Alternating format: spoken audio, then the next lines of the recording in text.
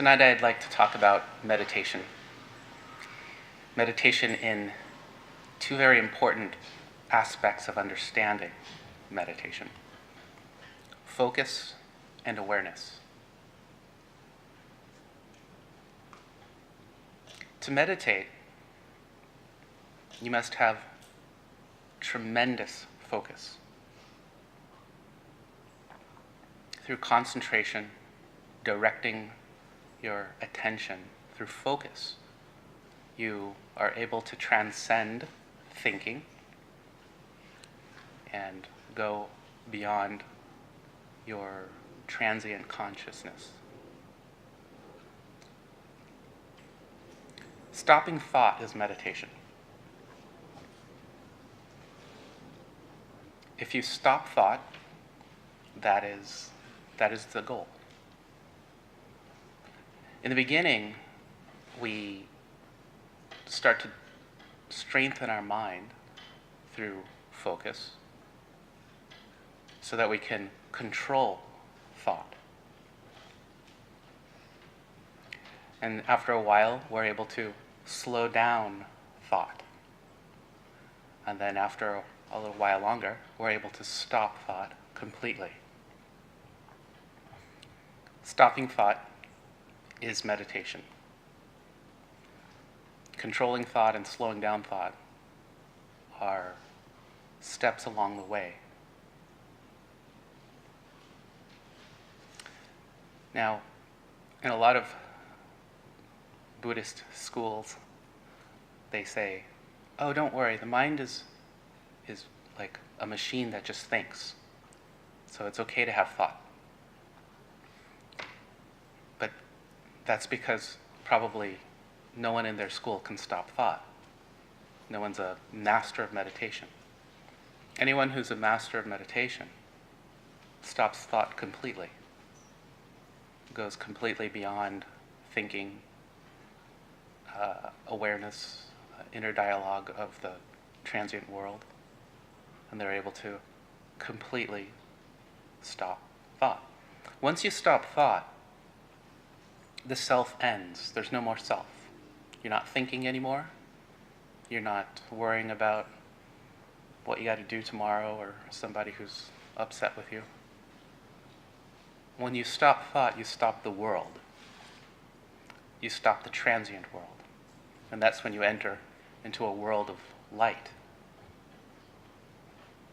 That's where you enter into the truth of life, the direct awareness of the eternal consciousness of your being. This is the awareness of meditation. You go beyond the physical heavy world. You go beyond the routine thoughts and awarenesses, and you experience spirit directly, something that you can't even put into words, but it's a luminous, beautiful, ecstatic experience. This is the awareness of meditation. Now, to meditate, it's very, very important that you practice consistently. If you don't practice consistently, you won't learn to meditate. You have to develop your focus and your concentration daily. It's best to meditate twice a day, in the morning right when you get up, and at some time in the evening as well. This is a practice that will develop a strength of mind to let go of the world, to go beyond the world. It's a funny thing, meditation, because meditation is just this one little thing. Stop thought. The moment you stop it, you experience amazing, wonderful spirit, light, and eternity. But it's a little bit tricky to do.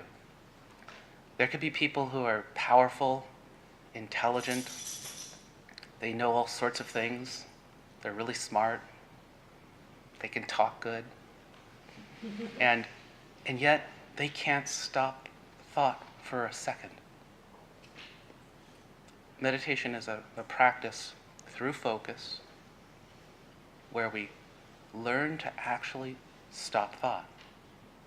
It's a strength of mind that is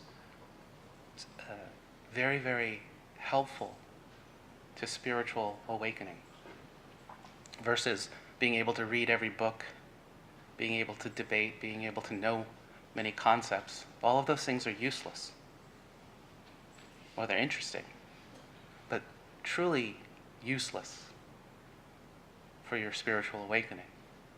For spiritual awakening, this discipline of stopping thought is essential.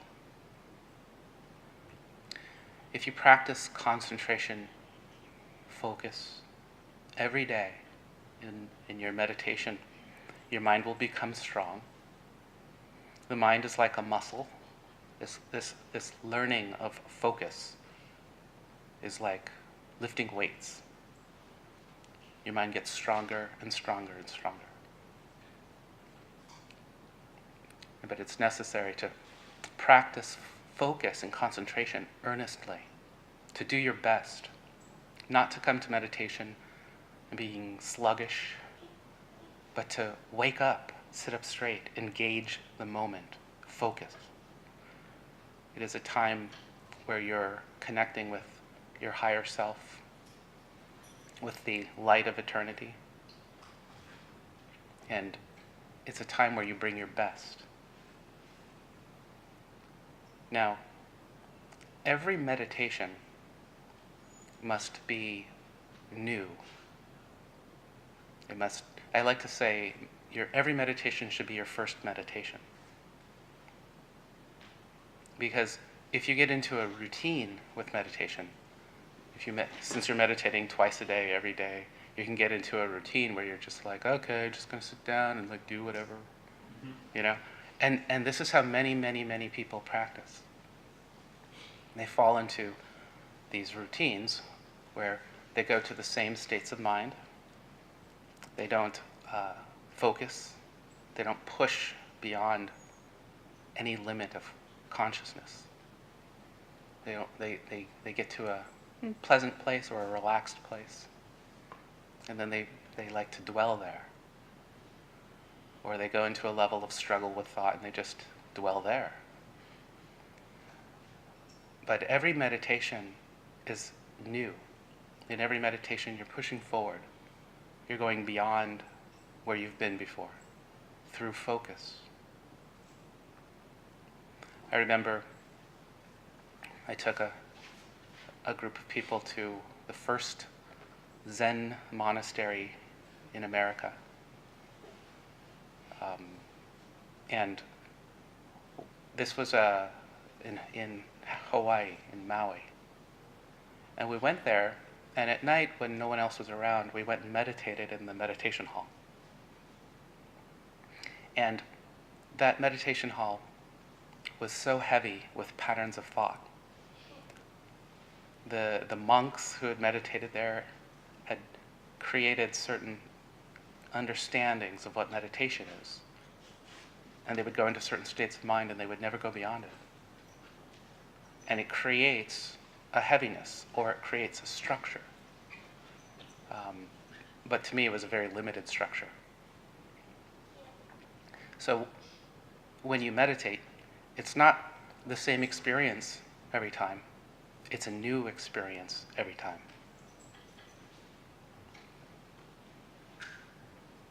Now, in any good school, there is a structure to learning. In our school, there is a structure to learning meditation. It is something that we say is in the second attention. It is in the unseen world, something you cannot see with your eyes. But there is a structure in how, in our school, in our lineage, I teach and we learn meditation. There are states of mind that we focus on. There are awarenesses that we draw our attention to. There are dimensions of understanding reality that we draw our consciousness to. So in the practice of meditation, it's not just sit there and focus on something. Yes, it is. There's something that we do in the first attention, in the physical. We sit up straight, we focus on a chakra, perhaps. And that's about all you can say in the physical. But in the subtle, in the unseen world, there is a spiritual structure that we follow. And through following these very subtle awarenesses, we gain a greater spiritual consciousness. It's kind of like in karate. If you go to karate, you want to gain this power where you can beat someone up, defend yourself, right? You want to know that stuff. And in order to know it, you have to do forms and exercises. And the sensei will teach you the forms and the exercises. They'll correct you when your form is incorrect or when you're doing an exercise incorrectly. But if you just do the forms and take the corrections, then you gain that power. You gain that capability. And then you have that strength. That's a structure that develops power. So too in our school we have a structure that develops this spiritual power or spiritual awareness of eternity. And that is the unseen teachings. It's very powerful. Now a lot of people think, oh, I took a meditation class, I'm just going to practice it. Without having these inner structures available to you from a meditation master, then meditation doesn't really work very well. It's kind of like deciding that you're going to go to a karate class or get a karate book and say, okay, I'm just going to practice on my own. You don't learn the subtle awarenesses that create the power. That comes from expert instruction. So in our school we have expert instruction. So tonight we'll have an experience of that guided awareness, those subtle awarenesses that draw your mind from transient awareness to higher awareness. In meditation, there's many different forms, but one method. And the method is focus. Focus on one thing to the exclusion of all else. And by having that focus on one thing, you are able to exit the world of transient awareness and enter into spirit, luminous, eternal consciousness. So, in our school, there are a few practices, different meditation practices, that we use, and all of them work. And sometimes they work together, and sometimes we'll practice one versus another. But one that's very, very powerful is chakra meditation. So we focus on these places in the subtle physical body that correspond with the physical body, called chakras. These are doorways to higher states of consciousness. So for example, we might focus on the heart chakra. And this is the chakra when we focus our consciousness there, focus, our attention there, we place our attention fully there and nowhere else, then we will actually go through this doorway into a state of spiritual awareness associated with the heart, which is dimensions of love and balance. Sometimes we'll focus on the third eye. This is when we focus there, we go into understandings of truth. And sometimes we'll focus on the navel center. This is spiritual willpower. We gain power from focusing here.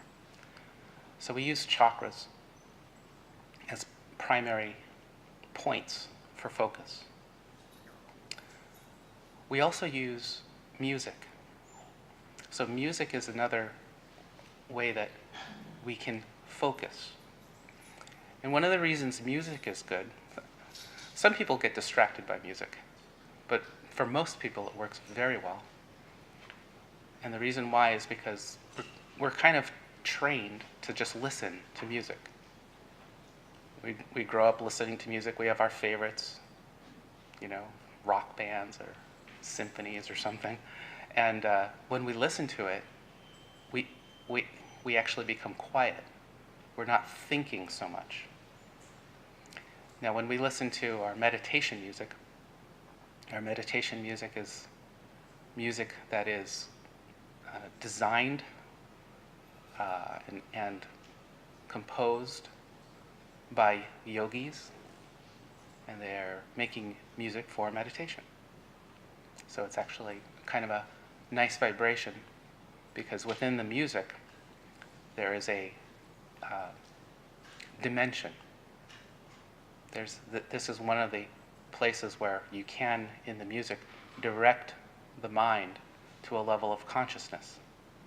So when we meditate to music, the music is something that helps us to see a higher truth. And because we have the disposition of just kind of listening, our mind is more quiet. So music is an aid to focus. Another aspect of our meditation focus is visual meditation. This is where we open our eye and we'll look forward. We'll gaze at something. Sometimes we'll be out meditating in the desert or on a mountain, and we will look into the energies of the place that we're at, the energy of nature. And then you can start to see the subtle awareness field shift in that nature, in that energy. It's a mystical practice. Sometimes we'll meditate and I'll have my students look at me. Because when you look at me, I meditate perfectly. And I guide you in my meditation to go to higher states. This is how you learn meditation very well, is when you have a meditation master who's able to go into high states and show you how to step up to the next level.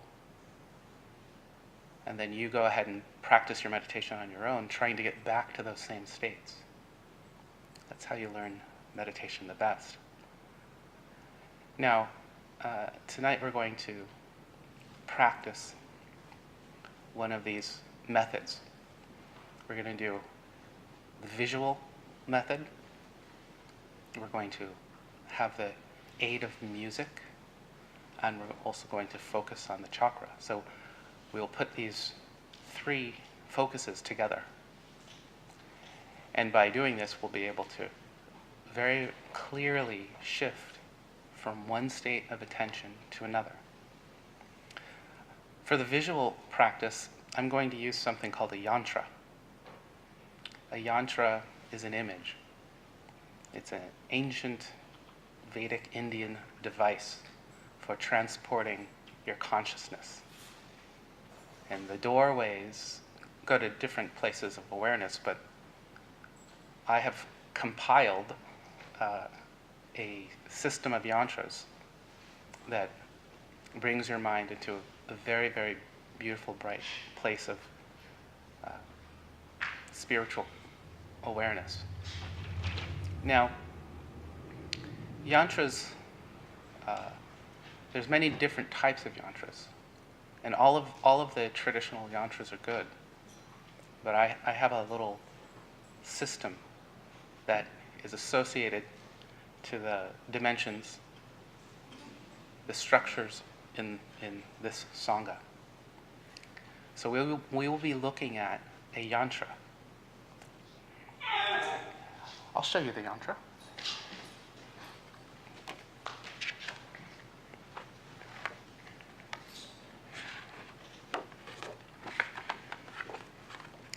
Yes, this is the yantra. So, for this practice, you simply look to the center of the dot. It's a simple practice. And during this practice, you just look and you'll just see. We'll also play music.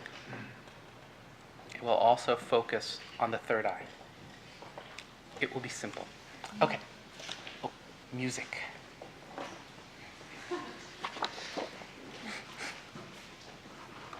So we're going to sit for just one song.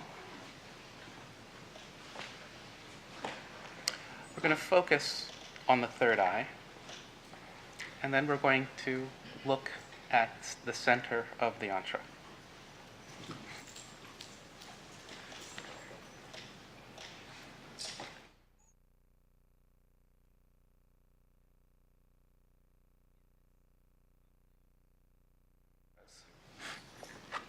I've got multiple colors, and that's kind of how it works. Now there's 6 different colors in this one, but we're gonna just in one song, we're gonna just step through 2 or 3, because what we're going to do is we're going to observe a silent mind, but we're going to observe how these practices were able to shift consciousness. You'll see life differently. Okay.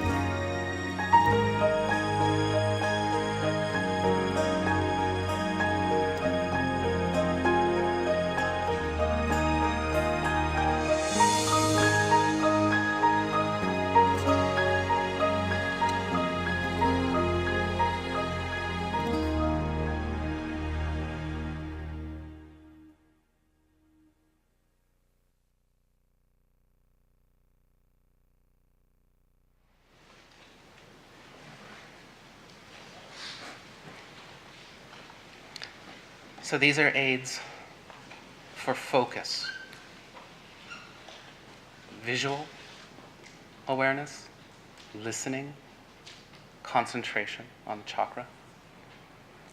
It's extremely important that you learn to focus. Most practitioners of meditation don't focus so well.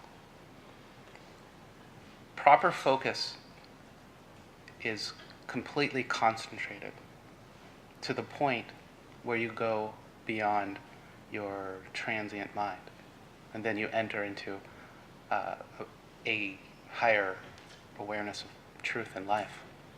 So in our meditation, the music directs your attention, the focus on the chakra directs your attention to a dimension of awareness, and then as we stepped through the different yantras, it shows you different levels of awareness to focus on. And it creates a tremendously bright spiritual experience. But you have to be able to focus. Focus is so important.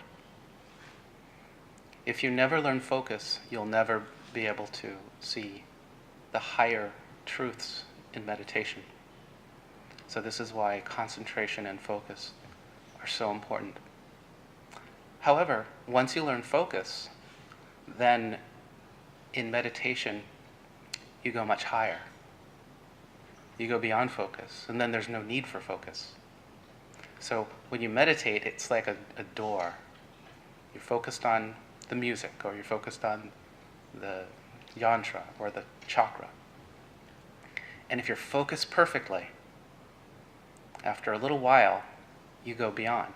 You go beyond thinking, you go beyond the self, you go beyond this world, and you enter into that spiritual experience that is completely luminous and beautiful. And in that luminous experience, there's no need to focus. If you start to focus, that introduces self again.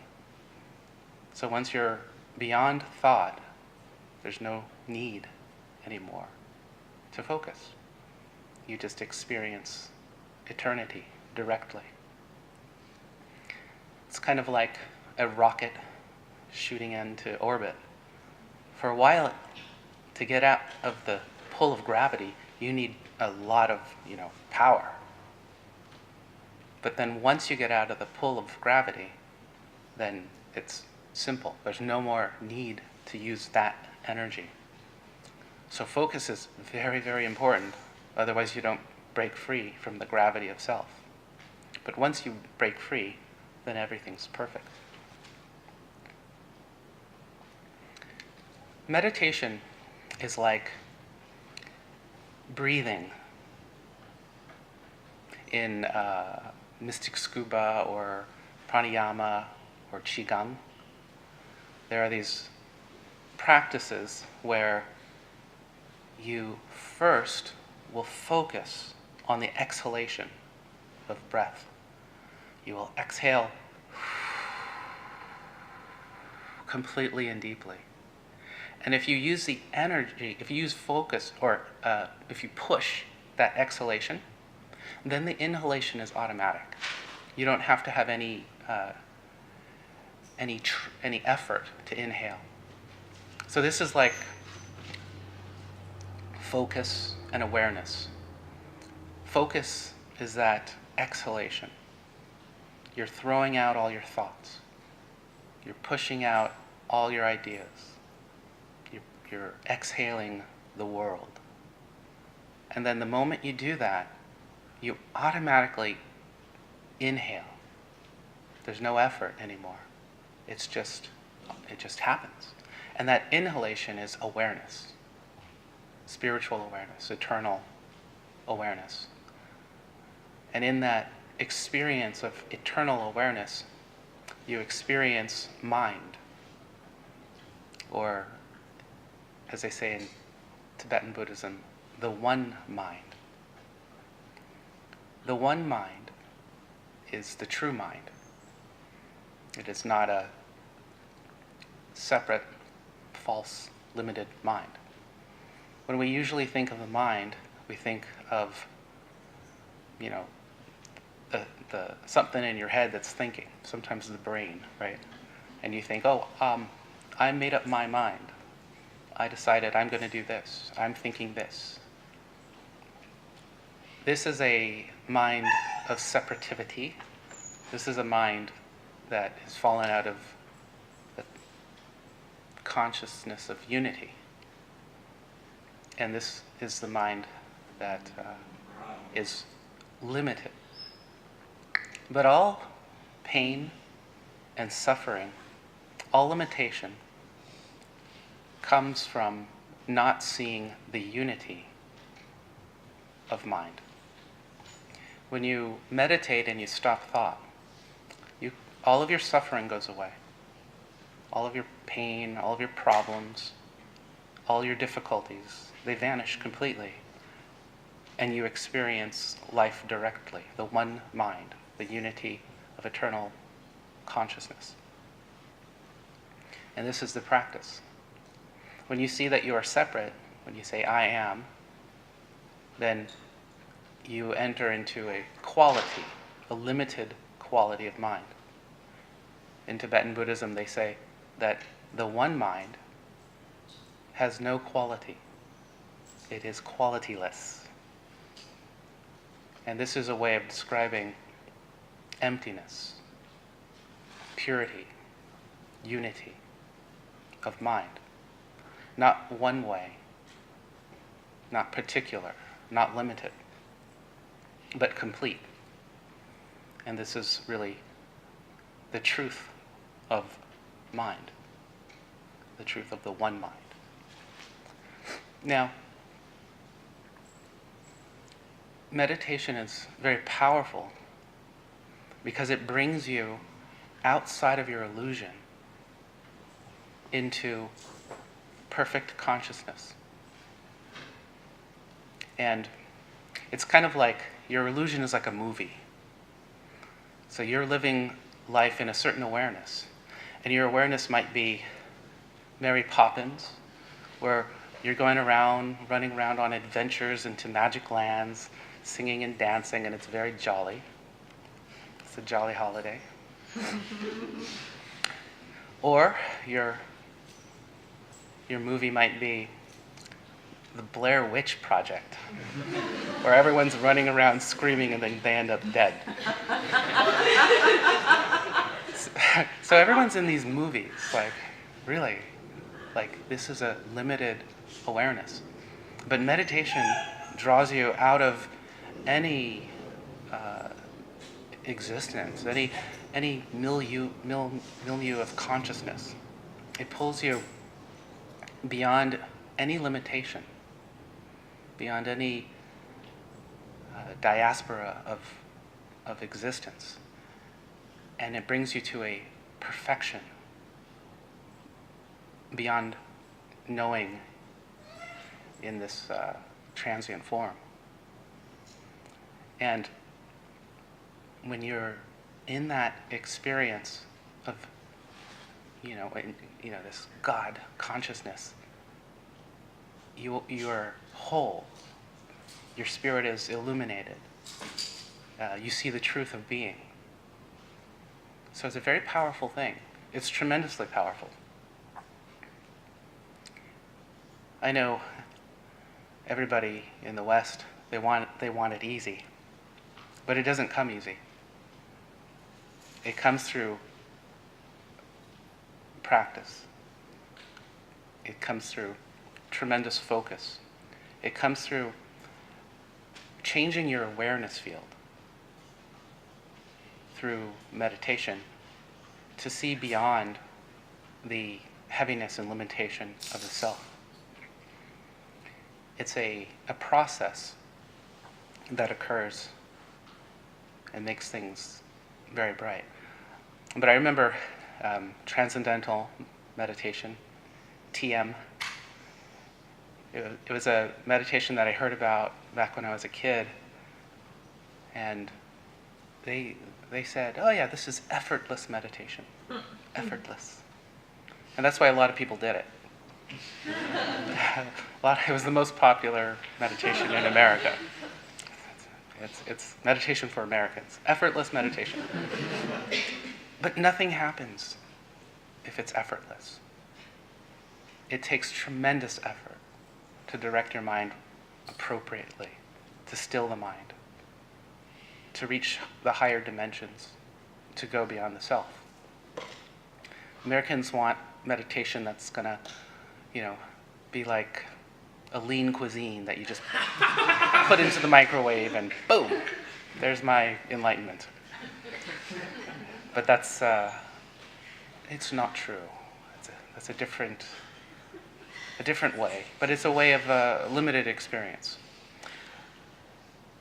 Meditation, true meditation, is profound. It is completely life-altering. It brings you from any limited condition to an experience of enlightenment. Stopping thought is where you enter into such a ecstatic awareness of spirit that it changes your life forever. It makes you happier, brighter. It's a funny, magical process, but it really works. As you learn to focus, you'll learn to transcend any limited states of consciousness, and you'll be able to enter into a greater awareness of truth, a more vast perspective on life, with many more options for happiness and balance. So it's a profound shift, a profound change. Now, the funny thing about meditation is a lot of people struggle with it. They struggle and struggle and struggle. But meditation isn't hard. It's actually very easy. Now, I remember when I was a beginning and intermediate student, I struggled with meditation. And then when I was an advanced practitioner, then I realized it's simple. It's completely easy. Because meditation is realizing your complete nature, that you are already enlightenment, that you are already that spirit. So it is really coming into awareness of what already is, not what is false. We see our lives and the things in our lives, and we think that they're real, but these are empty qualities, and we think they're really real. And in a sense, these transient things hold us into a condition of mind, an awareness of mind, where we're very stuck, where we suffer. But in meditation, in stopping thought, that self disappears, and we come into the awareness of who we really are, the one mind. Now,